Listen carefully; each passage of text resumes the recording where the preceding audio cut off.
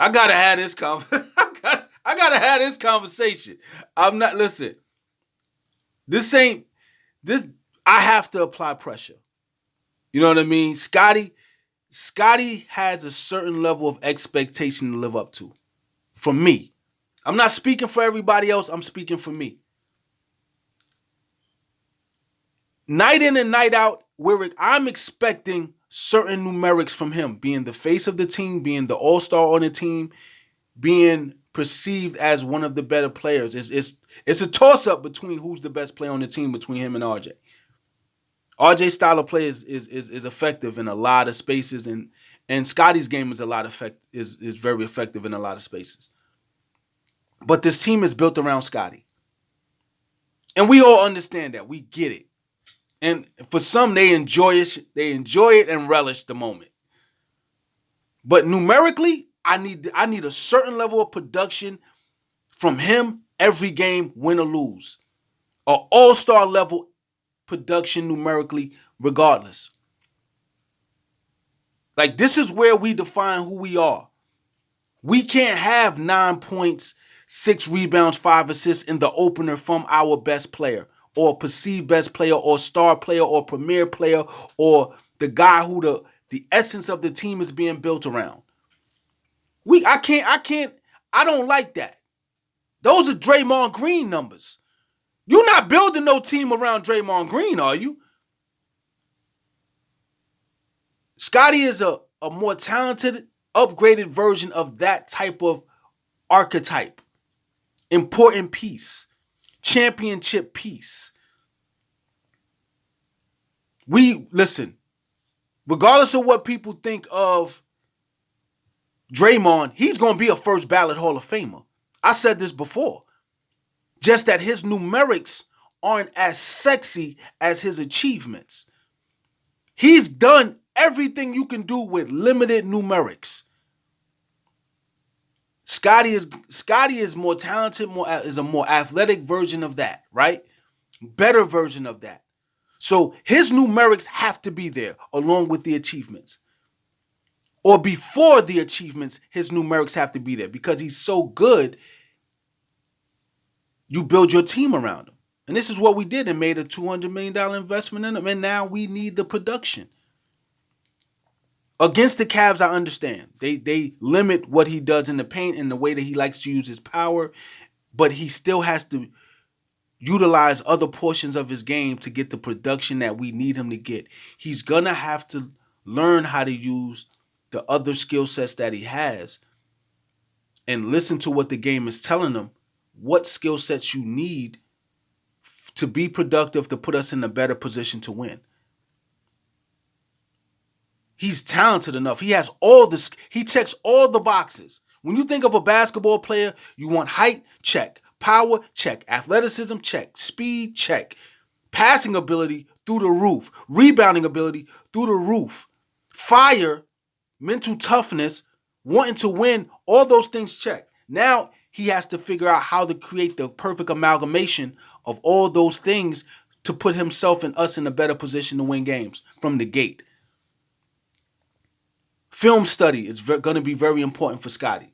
Against the Cavs, like I said, they're going to limit his ability to attack the paint, but they have to utilize other skills. He's going to have to use the perimeter jump shot. He's going to have to get to the free throw line when he can. He's going to have to get out there and force the break and force transition off of rebounding is very important in this game to his game, especially defensive rebounding. Because once he crashes the boards and grabs rebounds, he can run.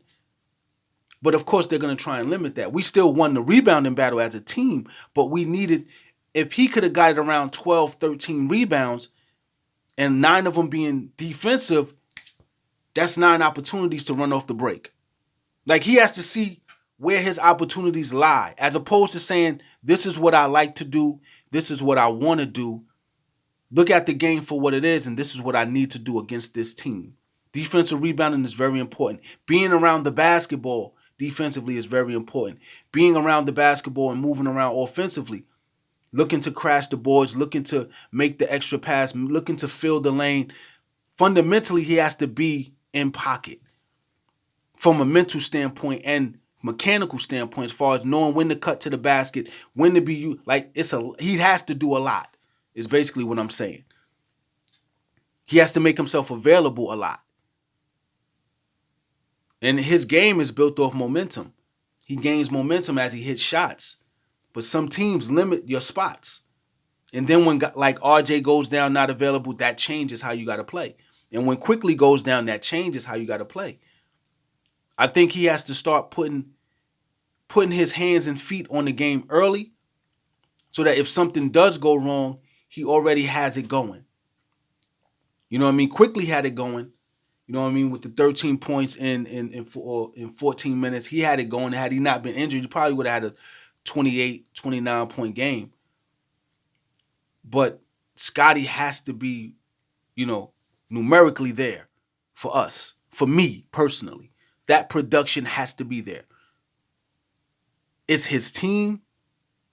It's built around his likeness. 9 points, 6 rebounds, 5 assists ain't it. Numerically, he has to meet the expectations. And he has to figure it out. It can't be against this team it doesn't happen, against that team it doesn't happen. The superstars who had teams built around them, regardless of who they played, they still got those numbers. They still satisfied that numeric fantasy that the fans had. And it's going to take a little more work. And the responsibility is still there. Like nothing is going to change simply because, guys aren't playing. He still got to produce for us. We still need that from him. The team is built around him. That production is mandatory. The execution is all-star team built around him, young player. There is no, we understand now. There is no, all right, cool. There's not as much compassion as you want and empathy or sympathy. We need production, especially from you. We don't want to hear about potential. We want production and instant gratification. You've already proven that you have. Let's move into achievement. And I know it's the first game, but this is the first step. And if we don't say something now, what do we say when we get to step 10 or step 14 or step 17? It's too late to say something. We already accepted the imperfections as opposed to applying pressure to it and saying, listen, there has to be a bigger sense of urgency to produce. He has to understand where he is. The preparation and the work and the responsibility, nigga, that's on your shoulders. This is your team. They built it around you. Your skill sets and your abilities, you have to show and prove. You have to produce. As we make progress, your production is relied upon and it has to be seen numerically. We can feel the effort. We can see the effort. We can see the energy. But if we look at the numerics and we see 9.6 rebounds, 5 assists, like, that's not befitting of someone with the crown. You know what I mean? That creates confrontation. That's going to create conflict. Go ahead and average 16 points and 7 rebounds and 4. Go ahead and do it and see how this shit get flipped, how the table get flipped. The table ain't going to turn. The table going to get flipped over. These people are going to want blood in the streets. They not playing. We as Raptor fans, we could accept failure as long as there's progress. We understand you got to take a step forward to take 2 steps. A step back to take 2 steps forward. We get it. We understand where we are. We have a young team, but we expect something from our young star. And we're not wavering from that. We're not obsessed with it, but we're not. That standard has been set. It's your team. We rearrange the furniture to make this your house. Now live in it and make it fly. We're going to grow. We're going to grow together. We're going to deal with the failing forward, but we have to experience that numerical ecstasy when he plays. We have to look. Those numbers justify a lot. Putting up certain numerics will justify certain decisions being made. When the numbers don't look right, fundamentally, the conversation goes left. Like, I see what I'm saying? I told you, somebody going to be like, I told y'all he shouldn't have gave nothing. There's always that one dude. We shouldn't have gave him nothing. See what y'all did, Messiah? You jury. See what I'm saying? I said it. But it's always that for every proponent and supporter, there's gonna be a contrarian. And the reality falls in between. It can fall on our side or theirs. But it's not gonna be easy. You have a franchise and a fan base on your shoulders, and you gotta produce. Everybody before you produced.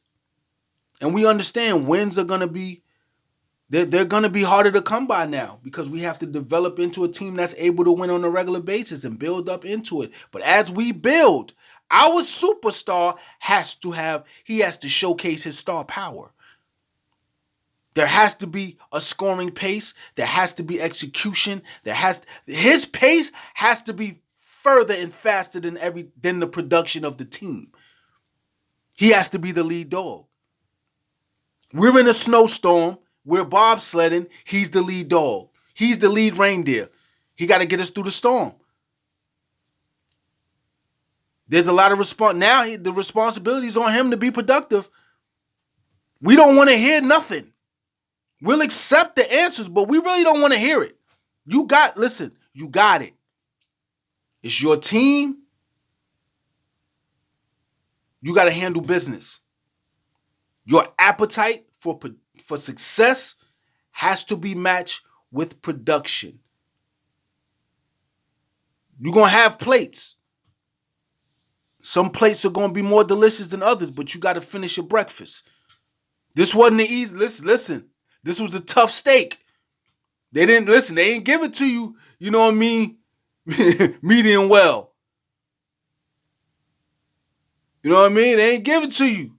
They overcooked it. You got to